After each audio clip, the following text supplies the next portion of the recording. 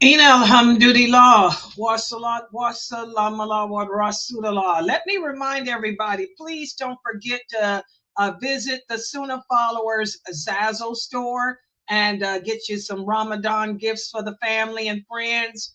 Everything's always on sale there. And we have things for the whole family. We have watches for the kids, watches for the adults, male and female, different types. We also have hoodies for the men and for the boys in all different sizes. We also have cups and tumblers and mugs with the Sunnah Followers emblem on it. We have clocks that you can buy to put on your walls with the Sunnah Followers emblem. We have pillows that have the throw pillows with the Sunnah Follower emblem, the black and gold collection. So please, guys, and also the tote bags, the grocery tote bags. You know, you like to go grocery shopping, and it's good for the elderly women. You can put your stuff in your Sunnah Followers tote bag, and we have handbags and shoulder bags for male and female. The males can use them too with the Sunnah Follower emblem, and everything is good quality. You know, and again, all the profits go to support Sunnah Followers. So please, guys, check out our Sunnah Followers Zazzle store for your Ramadan gifts, inshallah. And I'll try to add more designs to it when I'm able to. All right, so this is our class entitled Establishing the Muslim Home. And being that this is the month of Ramadan, this is something that we've been working on. You want to make your home a spiritual retreat. Your home should be a place of comfort for you, for your family, a place of security for you and your family. Um, uh, uh, the home should not be a place where the children don't feel safe. It should not be a place where you as a woman are not comfortable. A man should not hate the idea of coming home, you know. So we have to work on making our homes our spiritual abodes. And that's what this class is all about. And this is taken from the book written by Brother Abdullah Kirk, who was one of my students. This is part of the trilogy. It's called The Sacred Abode, which speaks about the home. The first of the trilogy was Sacred Bonds, which speaks about marriage in Islam. So tonight we're going to be speaking about mental health. And this goes hand in hand with what I spoke about earlier today about showing gratitude towards Allah. Again, one of the signs that you're not a person who is gracious of Allah is the fact that you might suffer. Now, there are some people who have medical problems. I'm not talking about those of you who have mental problems. But if you have no mental issues, but you're a person that's always thinking negative about things, or you're a person that has no hope, you know, you need to look at how you connect with Allah. We have to have that connection with Allah, and that's what we've been working on all Ramadan. And this week we're focusing in on showing gratitude towards Allah, counting the blessings, looking at the blessings that Allah has given us. So let's put the PowerPoint up on the screen. And for those of you who have not yet purchased the book, this is a copy of the book. It's called The Sacred Abode, and this book can be purchased just like the others on Amazon. It's only $11 or something like that. And we're going to be speaking about mental health within the home. We're going to be covering tonight pages 14 through 17 of the book. So those of you who have the book, if you'd like to take it out, open up to page 14. We'll begin there. The mental health of the family. Okay, let me share. All right. Mental health and emotional well-being are becoming increasingly critical issues with our ummah. I mean, you look at the average Muslim family, there's at least one person who suffers with mental health or emotional well-being issues. And we're living in the days of the last hour, as the prophet prophesies, where he said that many things will contribute to this. Number one, the connection with Allah will be lost. Even though there will be many people who call themselves Muslims and claim to believe La ilaha illallah, they won't understand what they're saying. They won't understand the meaning of La ilaha illallah. And we know that's true. Most Muslims, I have to remind them that when you declare La ilaha illallah, you're declaring allegiance to Allah, allegiance to the prophet, allegiance to the religion of Islam, and you're also declaring to distance yourself from any ideology or people that go against it. No longer is your allegiance to the black race. No longer is your allegiance to the white race. No longer is your allegiance to anything but Allah and his prophet and his religion. So because we fail to understand that and submit to that, this is why we have a lot of mental issues. Okay? This is why we can't handle anxiety. This is why we hear what's happening in the world and it freaks us out. We panic. We go crazy. Whenever we deviate away from the true meaning and practice of La ilaha illallah, Muhammadur Rasulullah, there will be repercussions, and these are they. So, some mental health issues can be worse than others. Many of us may suffer with bipolar disorder. Many of us will suffer with post-traumatic stress disorder, schizophrenia, eating disorders, disruptive behavior, and dissociative disorders. And some of us even have neurodevelopmental disorders. And I want you guys to understand, if you do fall in those on that spectrum of being diagnosed as bipolar or PTS or schizo or eating disorders or any of these ones I mentioned, go seek medical attention. There is no conspiracy. I'm sorry. There is no conspiracy. Nobody's going to be planting chips in you or any of this nonsense. Okay? Allah tells us, the Prophet Muhammad told us that sickness, Allah says in the Quran, sickness and disease comes from him. But he never sends a sickness. He never sends a disease without sending a treatment. So take the treatment and perhaps Allah will send you a cure. That's from the Quran. And then we have this authentic hadith where the Prophet said there is no disease that Allah has created that he has not also created its treatment. So for those of you who think that going to a doctor and taking medicine is bad, no, it's not. That's your personal jinn telling you that. Your personal jinn is the one trying to get you to think that it's a conspiracy. Your personal jinn, remember, his job is to make you kill yourself. His job is to make you destroy yourself. Your jinn knows that if you are diagnosed with a sickness like bipolarism or schizo or eating disorders, your jinn knows that there's a treatment, that Allah has manifested to us the treatment. He doesn't want you to get it. He wants you to die so that the angels will say to you, why did you kill yourself? Because that's all it is suicide. And that's a sin of disbelief. Ain't no coming back from that. You're going to burn, baby, burn throughout eternity.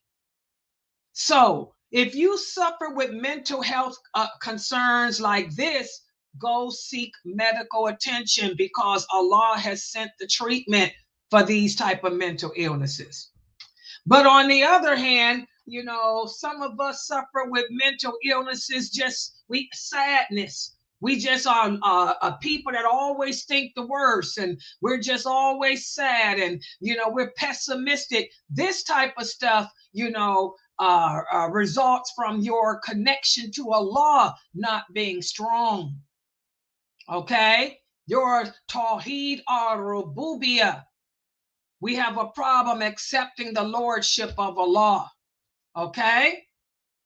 So we have to understand, like I was saying earlier, we're living in the days where everybody thinks they know this religion. Most Muslims are self-taught. The scholars of the religion are few, and they don't waste their time on just anybody. The true scholars of the religion are going to single out people who they know are devoted to Allah, who can carry on the knowledge that they inherited. The true scholars are not going to waste their time on people who are argumentative. They're not going to waste their time on men and women who have no good character. So just because you sitting there attending a class does not mean that that person that's teaching you is bona fide and qualified. Who did he learn from? Okay. And I ain't talking about some online university. I'm talking about sitting in the company of the true bona fide scholars. Most people have not done that. Most people are self-taught. Most people are twisted. Okay? So we have to seek a thorough understanding of the Quran and Sunnah, because if we thoroughly understood it, then we would know that sickness comes from Allah, not from man.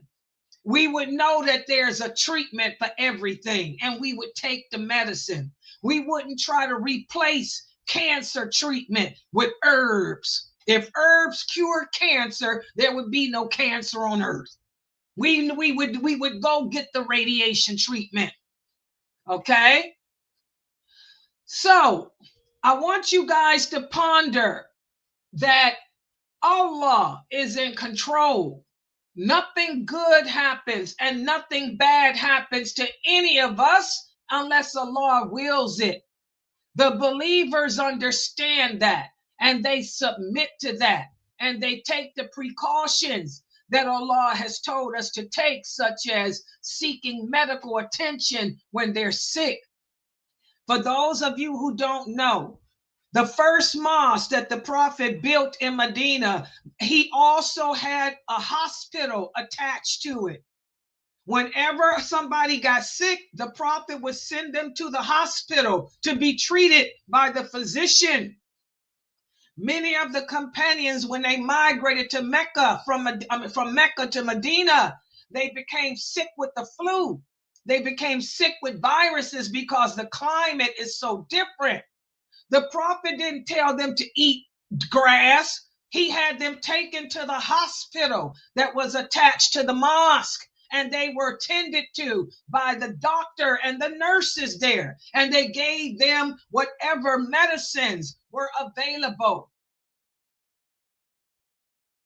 We have to be like those companions and submit and fall back on what our belief in Allah is. He's in control. Remember, Allah tells us, in the remembrance of Allah, do the hearts find rest. Why is it that the Muslims today are so emotionally out of it? Our hearts do not find rest in the remembrance of Allah. We don't know about Allah. We don't know that Allah is in control. We don't know that the war came from Allah and he sent it for 4 reasons. Allah told us he sends war for 4 reasons. We don't know that, and we don't know the reasons. Okay, we think that people picking on us. We think that, oh, we're privileged and they just picking on me. No, you deserve it. Allah says nothing is going to happen to you unless you brought it on yourself. So again, in the remembrance of Allah, do the hearts find rest. So this verse here underscores the connection between our spiritual relationship with Allah and our emotional reactions. This verse encourages us to seek peace in Allah during times of distress. Okay, turn to him for help. Turn to him through regular prayer, through regular remembrance. Talk to Allah. This verse tells us to do that, not to fall and become emotionally deranged like so many Muslims have done. And again, our Prophet Muhammad sallallahu alaihi wasallam is our example. There is no one on planet Earth today, not the people of Gaza or Africa or anywhere else, who's going through more trials, more hardship, more tests than the Prophet Muhammad did. But despite all that Allah put him through, he maintained the best character, the best resilience, and the best empathy. He did not give in to his emotions like Muslims today are. He didn't become angry to the point where he transgressed the limits of Allah. He didn't become sympathetic to the point where he transgressed and pitied people and transgressed the limits of Allah. He was able to maintain his composure in good times and bad. And his compassion was there in good times and bad. Of course, none of us can be like him because he was better than us. His jinn was Muslim, by the way. But still, we can try. We can try to emulate his reactions. We can try to emulate how he reacted in times of hardships. And in turn, that will make us better people. That's why the Prophet sallallahu alaihi wasallam told us, the strong man is not the man who can wrestle a person and take him to the ground. The strong man is the one who is able to control himself when he's angry. The strong man is the one when he sees Allah sending his wrath, he doesn't get angry and start behaving like the non-Muslims and protesting Allah's decree and boycotting and thinking that the kafir can change the situation. The believer doesn't put the power in man's hand and transgress Allah's limits and start voting in elections when that's haram for us to do, to vote for kafirs. Instead, the strong man is the one who controls that emotions and knows that Allah is in control and knows that Allah tells us when you live to see his punishment, check yourself, fall back on La ilaha illallah. So the believer will try to change the condition of himself to that which is pleasing to Allah in hopes of Allah changing the condition of us all. That's what the Prophet taught us. That's how the companions behaved. They were in warfare from the time they converted to Islam until their deaths. But you never saw them protesting. You never saw them boycotting. You never saw them participating in elections. You never saw them disobeying Allah and cursing each other. You saw them praying. You saw them making dua. You saw them standing stoic together as one, calling upon Allah and making sure that their taqwa Allah was intact. We need to learn from them. So this hadith stresses the importance of self-awareness and restraint in our emotions. The Prophet Muhammad taught us that when we express our emotions, to do it constructively, which will better our relationship with Allah. He didn't tell us to act and behave like the people around us. And by the way, where did protesting and demonstrating come from? The Romans. Don't y'all know that democracy was created by the Greeks and the Romans? And the Prophet's time, that's what they did. They protested. The Romans protested. The Romans demonstrated. The Romans boycotted. But the Prophet told the Muslims to stay away from that trash. He said, don't get involved in their politics. When they protested against the Caesar, when they assassinated their leaders, the Prophet told the companions, don't get involved in their politics. That's the way that they behave. That's the way the non-believers behave, because they don't believe in Allah. Just make sure that we learn and don't make the mistakes they made. What would the prophet say if he were living today and saw how you Muslims around the world are reacting to Allah's decree about this war? Like it's the end of the world, which it is, the beginning of the end. But instead of you doing what the prophet said do, which is fall back on Tawheed, you people have become like the non-believers. You become emotionally distraught. So again, guys, as Muslims, as we go about creating and establishing the Muslim home, we have to take a good hard look at the mental health within the family. If you have family members who need medical assistance because of their suffering with bipolarism or something, seek medical attention for them. But for the other families that are members that you see who are struggling, dealing with the trials of life, dealing with reality, you have to call them back to Allah and call them back to that, reestablish that connection with Allah, to Allah with them. Remember, remind them to be grateful. Remind them to stop focusing on the negativity. There's a lot of negativity in the world. But try to get them to focus on the positivity that's in their lives. Because again, as Allah says, if you are grateful, then I will surely increase you in blessings. Okay? Remind the members of your family that Allah doesn't place a burden on anyone that's too great to bear. For those people that live in a part of the world where Allah is sending the war, they can handle it. They're used to it. If they couldn't handle it, Allah wouldn't send it. But look at what He sent to us. We're having a hard time lowering our gaze. We're having a hard time holding on to Islam because the people around us smoke drugs. The people over there in Gaza, the people in Africa, they ain't got a problem saying no to drugs. They ain't got a problem lowering their gaze. But it's a problem for us. Okay? So work on your situation better and strengthen your relationship with Allah. And look at the good that Allah has sent to you. Does everybody understand that? And also, you want the members in your family to engage with the community around you, the good Muslims around you. Okay? And you want your family members, especially during this third week of Ramadan, to give in charity. Because again, that softens the heart.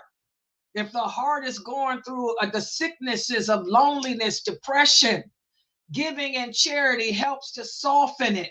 Giving and charity helps to put hope in your heart. So try to engage with the community through actions of charity and volunteerism and social interactions such as that. Okay?